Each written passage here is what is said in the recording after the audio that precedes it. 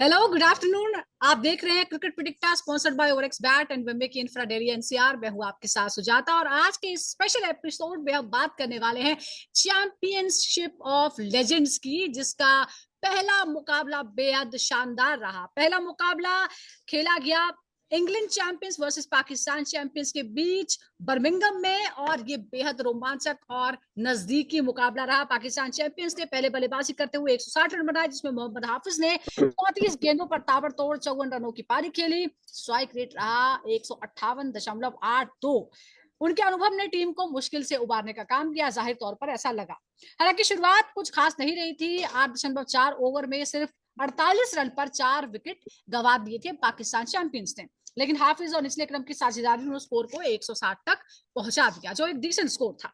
दूसरी ओर जवाब में इंग्लैंड चैंपियंस ने अच्छी फाइट दी। फिल मास्टर ने शानदार पारी खेली, लेकिन 20 ओवर में टीम पहुंची सिर्फ 155 पर। 3 ही विकेट गिरे, लेकिन रन पूरे नहीं हुए और बेहद करीबी मुकाबले में 5 रन से पाकिस्तान चैंपियंस को जीत मिली। यानी सीजन 2 का पहला मुकाबला पाकिस्तान के नाम हो गया। तो शानदार शुरुआत हुई है इस लीग की, दूसरा सीजन ही है और आज एक बेहद शानदार मुकाबला होने वाला है। चलिए अब उसके बारे में बात करते हैं। बारी है West Indies champions versus south Africa champions की। आज बर्मिंघम में ये मुकाबला खेला जाएगा और एक बार फिर लेजेंड्स टकराएंगे आपस में। अगर हम इस टीम की बात करते हैं तो एक से बढ़कर एक नाम आपको देखने को मिलेंगे। Chris Gayle, Dwayne Bravo, Kieron Pollard, ये नाम ही काफी हैं अपने आप में। गेल के 14,500 से ज्यादा T20 रन हैं, तो ब्रावो के 600 से ज्यादा विकेट हैं और पोलार्ड का दमदार जो फिनिशिंग टच है, ये तिकड़ी आज साउथ अफ्रीका के खिलाफ मैदान में उतरने वाली है और जाहिर तौर पर ये बेहद शानदार नजारा होने वाला है। सीजन 1 की अगर हम बात करें तो चार्ली वॉल्टन ने 181 की स्ट्राइक रेट से जबरदस्त धूम मचाई थी। एशले मार्स ने 13 छक्के लगाए थे और ड्वेन स्मिथ ने सिर्फ 6 मैचों में ही बना दिए थे 202 रन। ये वेस्ट इंडीज लाइनअप सिर्फ नाम नहीं है, बल्कि ये फॉर्म में भी है। लेकिन साउथ अफ्रीका भी कमजोर नहीं है। पिछली हार का बदला लेने का मौका उसके पास होगा। सवाल ये है कि क्या वो इतिहास बदलेंगे या फिर वेस्ट इंडीज चैंपियंस को फिर एक बार जो है उनसे मुकाबले में 2-2-4 होंगे और कौन किस पर बढ़त बनाएगा। देखिए, पहला मुकाबला बेहद रोमांचक रहा है, तो इसीलिए पहले हम पहले मुकाबले की ही बात करते हैं हमारे खास मेहमानों के साथ। 2 खास मेहमान इस वक्त हमारे साथ जुड़ गए हैं। मेरे साथ है क्रिकेट स्कॉलर सुनील यश कालरा और साथ ही सीनियर स्पोर्ट्स जर्नलिस्ट ताउज रिजवी। ताउज, जिस तरह से हम चैंपियनशिप ऑफ लेजेंड्स की हम बात कर रहे थे, जो पहला मुकाबला हुआ उसी ने एक मोमेंटम सेट कर दिया है कि जो टूर्नामेंट है ये शानदार होने वाला है। इंग्लैंड ने 20 ओवर खेले, 3 विकेट गंवाए, जबकि पाकिस्तान ने 9 विकेट खेले और सिर्फ 5 रनों का जो गैप था, बहुत करीबी मुकाबला था। अब जरा इसका एनालिसिस अगर हम करते हैं कि पाकिस्तान ने अगर 5 रन से ये मैच जीता है, जबकि विकेट उसने 9 खोए थे। इंग्लैंड के पास विकेट बचे हुए थे, सिर्फ 3 विकेट उसने खोए थे, बावजूद इसके वो हार गई। क्या इंग्लैंड की बल्लेबाजी की रणनीति में कुछ कमी बताती है या पाकिस्तान की डेथ बॉलिंग की तारीफ करनी होगी? नहीं, T20 क्रिकेट तो हमेशा से एंटरटेनिंग फॉर्मेट रहा और एंड तक गया और यहाँ पर अनप्रेडिक्टेबिलिटी तो रहती है, जो हम सबको पता है कि किस तरह से लास्ट मोमेंट पे किस तरह से मैच चला जाए किसकी तरफ। तो डेफिनेटली बताता है कि पाकिस्तान की एबिलिटी है और वो हमेशा से रही है। आप देखेंगे ओवर द टाइम पाकिस्तान के पास बेस्ट ऑफ द प्लेयर्स रहे, ऑल्दो कंसिस्टेंट नहीं रहा है उनका कोई भी फॉर्मेट में, चाहे एक फॉर्मेट नहीं कहूंगा मैं, बट इनकंसिस्टेंसी तो रही है उनके स्टाइल ऑफ प्लेइंग में। अनप्रेडिक्टेबिलिटी उनको वही स्पेशल बनाती है। इसलिए आप देखेंगे कहीं पर भी पाकिस्तान जाती है तो मूड कैंप में या फैंस के इसमें एक्साइटिंग रहता है। ऑब्वियसली जो न्यूट्रल फैंस रहते हैं वो एक्सपेक्ट करते हैं अनप्रेडिक्टेबिलिटी, बट जो उनके फैंस रहते हैं उनकी कंट्री के, वो एक्सपेक्ट करते हैं कंसिस्टेंसी। तो वो नहीं दिखाती है और अनप्रेडिक्टेबिलिटी दिखाती है, which is why one of the reasons why हमेशा वो सरप्राइज पैकेज करके आते हैं। और कल भी वही हुआ कि इंग्लैंड इतनी विकेट्स बचाने के बाद उनकी फिनिशिंग लाइन तक नहीं पहुंची और पाकिस्तान राइट। जो 9 विकेट खो गई थी भाई हम्म। पहुंच गया आराम से। तो समवेयर और the other it's gonna be very exciting tournament. मुझे लगा बिल्कुल, शुरुआत ही मैचेस आएंगे एक्साइटिंग और हुई है, ऐसे तो ज़ाहिर अनप्रेडिक्टेबल तौर पर मोमेंट्स ऐसे ही नजर नेल आएंगे ये। बाइटिंग मुकाबले जो हैं, हम उम्मीद कर रहे हैं कि आगे भी हमें देखने को मिलेंगे। लेकिन जिस तरह से मोहम्मद हाफिज़ ने, क्योंकि पाकिस्तान का भी बहुत अच्छी शुरुआत नहीं थी। 8.4 ओवर में ही 4 विकेट जो है वो खो गए थे, 58 रन ही थे। 160 पर पहुंचाने में बड़ी भूमिका रही है मोहम्मद हाफिज़ की, जिन्होंने 34 गेंदों पर 54 रन बनाए और 58 की स्ट्राइक रेट के साथ। क्या आपको लगता है कि यही वो पारी थी जिसने दरअसल मैच को पाकिस्तान के पक्ष में कर दिया, वरना ये बहुत ही लो टोटल वाला मैच हो जाता? नहीं, 160 लो टोटल तो नहीं था, खास करके इंग्लैंड में देखिए एक्साइटिंग टोटल, चैलेंजिंग टोटल है, रिस्पेक्टेबल। नहीं, मगर अगर आप हाफिज नहीं खेलते हफीज ये की पारी इनिंग्स को तो काउंट जिस तरह करेंगे से तो बहुत लड़खड़ा ज्यादा रही। इंपॉर्टेंट पारी थी। एग्जैक्टली, यही मैं कह रहा हूँ कि हम्म, हाफिज की जो पारी, क्योंकि आप देखेंगे मोस्ट ऑफ द स्कोर जो है या तो सिंगल डिजिट में आए, या तो 15 रन, या तो सेकंड हाईएस्ट आप देखेंगे तो यमन की तरफ से है 27, जो 13 गेंद में, वो भी एज इंपॉर्टेंट।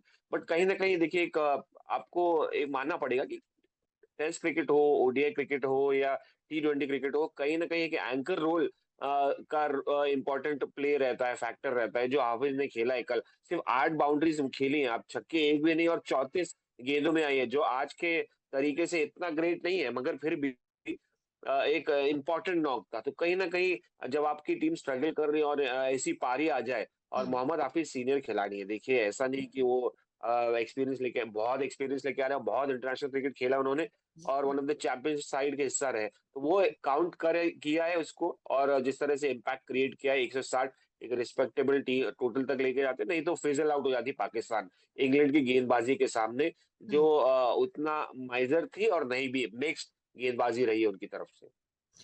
बिल्कुल, देखिए ये तो शुरुआत ही है, अभी बहुत सारे मुकाबले हैं जो इसी तरह ऐसे इंतजार रहेगा उनको देखने का। सुनील, अगर आप तक मेरी आवाज आ रही है, क्या आप मुझे सुन पा रहे हैं? चलिए, बात करने की हम कोशिश करेंगे, लेकिन ताउस एक कंपैरिजन अगर हम करते हैं फर्स्ट 10 ओवर्स का, इंग्लैंड की शुरुआत की अगर हम बात करें तो 10 ओवर में पाकिस्तान से वो बेहतर नजर आती है। पाकिस्तान ने 60 रनों पर 4 विकेट खो दिए थे, इंग्लैंड ने 63 रन बनाए थे और 2 विकेट का नुकसान हुआ था, फिर भी वो मैच हार गए।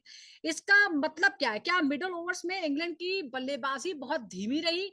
वो प्लान नहीं कर पाए कि रन 160 का टोटल जो है उन्हें चेज करना है, उनके पास विकेट है फिर भी रन नहीं बने।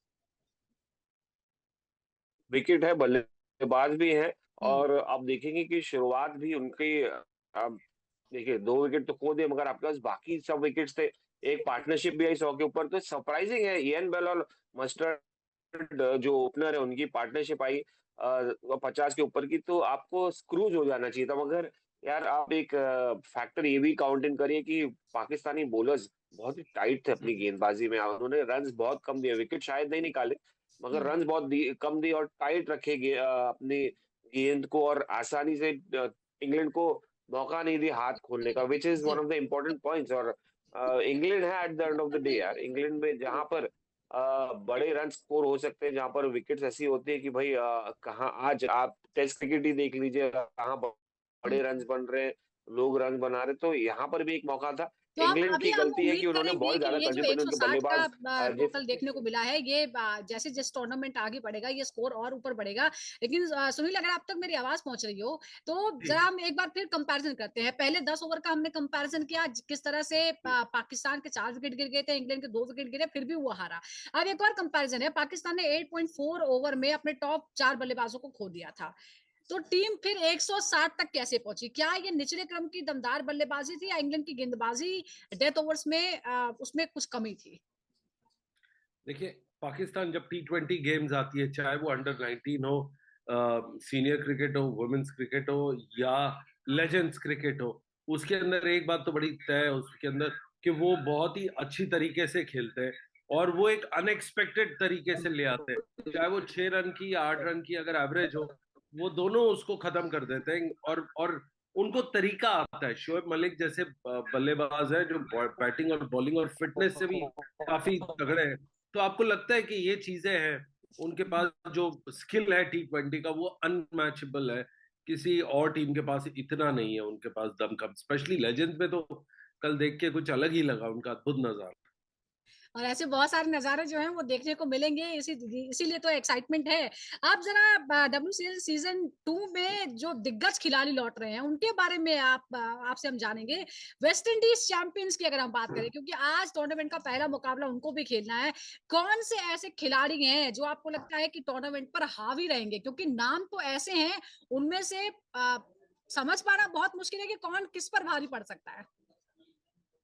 देखिए, आप सबसे पहले देखेंगे वो एक मोस्ट एक्सपेंसिव टीम जर्सी की 30 ग्राम के गोल्ड की टीम जर्सी उन्होंने लगाई है, उसके अंदर खेल रहे हैं।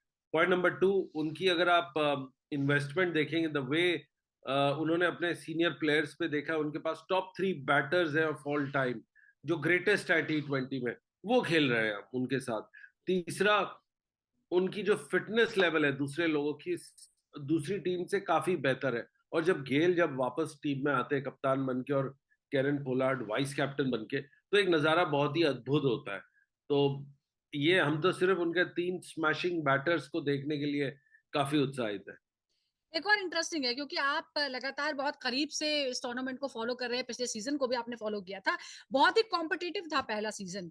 सीजन 2 में क्या आपको लगता है कि खासतौर पर जो एक्सपीरियंस है और फिटनेस है मैचों के नतीजों को, वो कितना अहम होने वाला है? जो आपने खुद जिक्र किया कि फिटनेस और एक्सपीरियंस दोनों होना बहुत जरूरी है इस तरह के टूर्नामेंट्स में।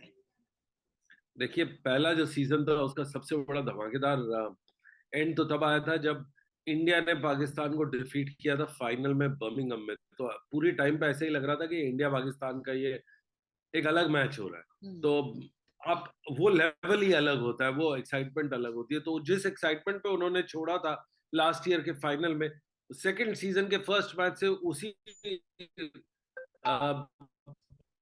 लेवल पे ये वापस आ गए। अब देखिए, जिस हिसाब से मैचेस हुए, कल का मैच आपको बताता है कि कितना इंपॉर्टेंट और फास्ट पेस्ड ये टूर्नामेंट था। दूसरा, अगर आप इसके अंदर कंट्रीब्यूशन देखेंगे आप सीनियर प्लेयर्स का, वो उनकी एवरेज और स्मैशिंग रेट्स और जो स्ट्राइक रेट है, पहले मैच में ही दिखा कि उनकी 8 रन से के आसपास है, विच मींस कि लेजेंड्स तो हैं पर बल्लेबाजी उनकी वैसी ही चल रही है, उसी लेवल पे, उसी तरह से और उसी जोश में। जी सुजाता। तो ना जोश में कमी है, ना कोई जज्बे में कमी है, और ना फिटनेस में कमी है, ये हमें पहले मैच से ही पता चल गया है। लेकिन ताउस, अगर हम वेस्ट इंडीज चैंपियंस की हम बात करें, इसमें पावर हिटर्स हैं और गेंदबाज भी हैं, लेकिन क्या आपको लगता है कि टीम बैलेंस है? क्योंकि हम उनके बल्लेबाजों की ही बात करते हैं और वो पूरी तरह से डोमिनेट करते हैं, उनका ऑरा इतना बड़ा है कि उसके पीछे कुछ नजर नहीं आता है। तो आपको क्या लगता है, क्या यहाँ बैलेंस आपको नजर आता है, या आपको लगता है कि कुछ ऐसी चीजें हैं जिनको थोड़ा सा और पुश करना पड़ेगा? नहीं, आई थिंक वेस्ट इंडीज बाकी टीम्स के मुकाबले में जो टीम देख रहा था, वेस्ट इंडीज हैज गॉट, जो गोल्ड की बात करें ना सुनील भाई, वैसे ही गोल्ड के वैल्यू में है ये पूरी टीम। क्योंकि आप देखेंगे शुरुआत ही क्रिस गेल से हो रही है, Dwayne Smith, Lendl Smith, Shivnarine Chanderpaul जो T20 के मास्टर है नहीं, फिर भी वो खेल रहे हैं और कोच भी है साथ साथ। तो ये देखिए, कहीं ना कहीं इनके पास एक जबरदस्त तरीके का ऑलराउंड साइड है, चाहे वो शुरुआती हो चाहे वो मिडिल ऑर्डर में, जैसे आपके डुएन ब्रावो हो, एक जबरदस्त ऑलराउंडर है। कायरन पोलार्ड जैसे बल्लेबाज हैं जो गेंदबाजी भी करते हैं। फिडेल एडवर्ड्स जो 140 एक समय पे क्लॉक करते थे, आज नहीं करेंगे मगर उतना ही इम्पैक्टफुल रहेंगे, आई होप से, क्योंकि एज के साथ ऑपोजिशन टीम भी चैंपियंस है, लेजेंड्स गेम है, तो वो भी, उनकी भी रिफ्लेक्सेस कम हो गए। कहीं ना कहीं इट्स गुड टीम, एक बैलेंस साइड है, और मुझे लगता है कि एक अच्छा कॉन्टेस्ट तो देखूंगा ही, क्योंकि सामने साउथ अफ्रीका है, AB डिविलियर्स है, और उनकी भी एक बल्लेबाज, एक साइड ऐसी है जो काफी बैलेंस है। मगर मैं वेस्ट इंडीज को उनके जो रेपुटेशन है उसके हिसाब से देखना चाहूंगा। क्या वो रेपुटेशन जो उनकी रही है गोल्ड के हिसाब से, क्रिस जी गेल हो, कायरन पोलार्ड हो, या आपके डुएन ब्रावो, क्या वो ऐसे डिलीवर कर पाएंगे जैसे बिल्कुल। आप देखिए, वो आपने अपने उम्र का पास्ट में जिक्र किए कर हैं? दिया क्योंकि है, अब देखिए कि आपने एट द उम्र एंड का, वेस्ट इंडीज जी चैंपियंस ताऊस, आपने है। उम्र का जिक्र कर दिया है, तो मेरा जी। अगला सवाल भी है जो थोड़ा सा उम्र से रिलेटेड है। सुनील, अगर हम क्रिस गेल की बात करें तो T20 में 14,500 रन है, वो भी 145 की स्ट्राइक रेट के साथ। लेकिन अगर हम WCL सीजन 1 की बात करते हैं तो उनका जो परफॉर्मेंस था थोड़ा एवरेज ही था। क्या उम्र का ये असर है, या आपको लगता है कि नहीं, इस बार वो एक नई फिटनेस के साथ, नए जोश के साथ वापसी कर रहे हैं और हमें पुराना जो गेल जिस स्ट्रॉन्ग के लिए जाने जाते हैं वो देखने को मिलेगा? देखिए, मैंने उनके बारे में पता किया था, उनकी फिटनेस और ओवरऑल कैसे वो इस टूर्नामेंट को ले रहे हैं। आईपीएल की जो विनिंग विक्ट्री थी between Chris Gayle, AB de Villiers and Virat Kohli की, जो राइट। आईपीएल फाइनल का अगर वो दृश्य याद है आपको, उसके बाद उनको बात करते हुए पता किया उनके दोस्त, फैमिली एंड फ्रेंड से, ये पता चला है कि उनको बहुत अब एक्साइटेड है वापस फील्ड पे आना। और वो दिखाएंगे जरूर इस बार कि जब वो टॉस करने ही जाएंगे, उनकी बॉडी लैंग्वेज ही अलग ही रहेगी। वो लगते हैं काम, कंपोज, कूल डूड जैसे लगते हैं, बट वो अभी भी जिस तरीके से वो छक्के मारते हैं और जो हमने देखे हैं छक्के, जिस लेवल के छक्के हैं उनके, वो लेवल ही अलग है। विराट कोहली ने खुद डिस्क्राइब किया है कि औरों की गेंद हिल के जाती है, जब क्रिस गेल मारता है तो बॉल स्ट्रेट और स्ट्रेट सीधा पार होती है। उसका मतलब है उसके अंदर जो ग्रेटनेस थी वो अभी भी बरकरार है। 2-3 साल ही हुए उनको कंपेटिटिव क्रिकेट छोड़े हुए, अगर if I am not mistaken 21 तक वो खेले एक्टिवली। तो उसके बाद ये जो टाइम रहा है बहुत ही इंपॉर्टेंट रहा है। और हम बात कर रहे हैं एक शहंशाह ऑफ T20। अगर आप T20 में रिकॉर्ड्स देखें, उनके नाम पे कम से कम 14 से 16 रिकॉर्ड्स ऐसे हैं जो पिछले उन्होंने 10 साल में हासिल किए, चाहे वो लंबे छक्के मारने का, हाईएस्ट नंबर ऑफ सिक्सेस हो, बिल्कुल हाईएस्ट नंबर T20 100 हो। ये रिकॉर्ड्स बहुत मायने रखते हैं, और एक बंदे के पास इतने रिकॉर्ड्स होना वो अपने आप में, मैं तो ये बिल्कुल। और ये सोचता जो हूँ कि अगर रन वो है, एक ये टाइम चले। बहुत ही कम प्लेयर्स ऐसे हैं जो वनडे में भी इतने रन बना पाए हो जो इन्होंने T20 में बना रखे हैं 14,500। अभी एक और नाम है, Bravo, Dwayne Bravo, DJ Bravo जो है वो T20 में 600 प्लस विकेट उनके हैं। लेकिन ताउस, क्या आप सीजन 2 में, मतलब उम्र, जाहिर तौर पर उम्र तो सबकी बढ़ती है, लेकिन इसमें क्या आप उम्मीद कर रहे हैं कि वो उसी तरह का परफॉर्मेंस देंगे? उनसे उम्मीद क्या है? विकेट पर, विकेट लेने पर ध्यान देने की या बाकियों को लीड करने की? नहीं, लीड तो क्रिस गेल ही करेंगे, मगर देखिए ऑलराउंडर के हिसाब से Dwayne Bravo is a T20 specialist. Chance ही नहीं है उनका, जिस तरीके से उनके पास वेरिएशन थी, जिस तरीके से पेस थी उनकी। हुँ, अभी तो वैसे नहीं दिखेगा, बट वेरिएशन डेफिनेटली दिखेगा। और साथ साथ स्ट्रीट स्मार्ट क्रिकेटर है। ठीक है, वो उनकी success one of the reason ये रही कि वो स्ट्रीट स्मार्ट रहे हैं, वो बिंदास रहे हैं, and that is how West Indies cricket is all about. चाहे कायरन पोलार्ड हो या ड्वेन ब्रावो हो, एक अच्छा कॉम्बिनेशन है ये दो ऑलराउंडर्स का। कायरन तो अभी भी खेल रहे हैं, मेजर लीग में खेलते हुए नजर आए, ड्वेन ब्रावो पीछे नहीं है। तो कहीं ना कहीं मैं देख रहा हूँ कि ड्वेन ब्रावो एक इम्पैक्ट क्रिएट करेंगे, एंड आई होप से, क्योंकि देखिए जब टीम उतारता है कोई फ्रेंचाइज अपने टीम के साथ, तो एक्सपेक्टेशंस के साथ उतारता है, और वो एक्सपेक्टेशंस पे लिव अप करने की कोशिश करेगी वेस्ट इंडीज। और जिस तरह का कॉम्बिनेशन है उनका, जिस तरह का फॉर्मिडेबल साइड है, तो हुँ। मुझे लगता है कि ये एक टीम एंटरटेनमेंट के लिए आई है, और वो एंटरटेनमेंट सिर्फ ऑन फील्ड नहीं देगी, ऑफ द फील्ड नहीं देगी, ऑन फील्ड भी देगी, and I hope they deliver in that way. तो ड्वेन ब्रावो से भी एक्सपेक्टेशन मुझे है। DJ Bravo one of my favourite players. Chennai super Kings का एक्सपीरियंस, बिल्कुल, एमएस एब्सोल्युटली। धोनी का एक्सपीरियंस लेके वेस्ट आएंगे, तो अभी इंडीज की इससे बड़ी टीम बात क्या जिस की है। तरह से सेलिब्रेट करती है वो किसी भी स्पोर्ट्स को, और खास तौर पर हम, क्योंकि हम क्रिकेट को ही फॉलो ज्यादा करते हैं, तो जिस तरह से वो सेलिब्रेट करते हैं उसका कोई मुकाबला नहीं है। Of the field, on the field, एक अलग ही माहौल जो है वो लेकर आती है वेस्ट इंडीज की टीम। और जो प्लेयर्स हैं उसमें एक नाम केरन पोलार्ड का भी है। 101 T20 मैच उन्होंने खेले, 135 की स्ट्राइक रेट से रन बनाए हैं। सुनील, अब मिडिल ऑर्डर की बात हो रही है, तो आपको क्या लगता है कि किरण पोलार्ड की भूमिका क्या होने वाली है? वो खुद यहाँ पर स्ट्राइक लेंगे, चांस लेंगे, संभालेंगे कमान, या मिडिल ऑर्डर को गाइड करेंगे? देखिए, केरन पोलार्ड इस टूर्नामेंट का सबसे एक्टिव प्लेयर है, और एक स्टैट्स को मैं अपडेट कर दूं, इन्होंने 700 T20 मैचेस खेले हैं। ये अपनी कंट्री के लिए नहीं, ओवरऑल जी। लीग्स में कंसिस्टेंटली। लास्ट वीक तक ये आप देखेंगे तो इनकी टीम फाइनल में पहुंची थी अमेरिकन लीग में, हम्म, जिसके अंदर वो पार्ट पार्ट थे जिसके। तो इसका ये मतलब है कि केरन पोलार्ड जो खेलते हैं और जिस लेवल पे खेलते हैं वो बिल्कुल अलग ही है। ये जोन में है, अभी भी ये एक्टिव क्रिकेटर है, सबके साथ खेलते हैं ये। तो इनका mindset as a coach cum player जरूर रहता है T20 लीग्स में। इस पर्टिकुलर लीग में वो सबसे डिस्ट्रक्टिव बैटर रहेंगे। उनकी स्कोरिंग पावर के साथ साथ उनका जो एबिलिटी है और जो क्रिकेट सेंस है उनका T20 का, वो बहुत ही काबिले तारीफ है। खुद ही अपने आप फील्डिंग अपने आप वो हट के लग जाते हैं किसी जगह पे, और पता चलता है कि अगली गेंद पे वहीं पे क्या चाहता है।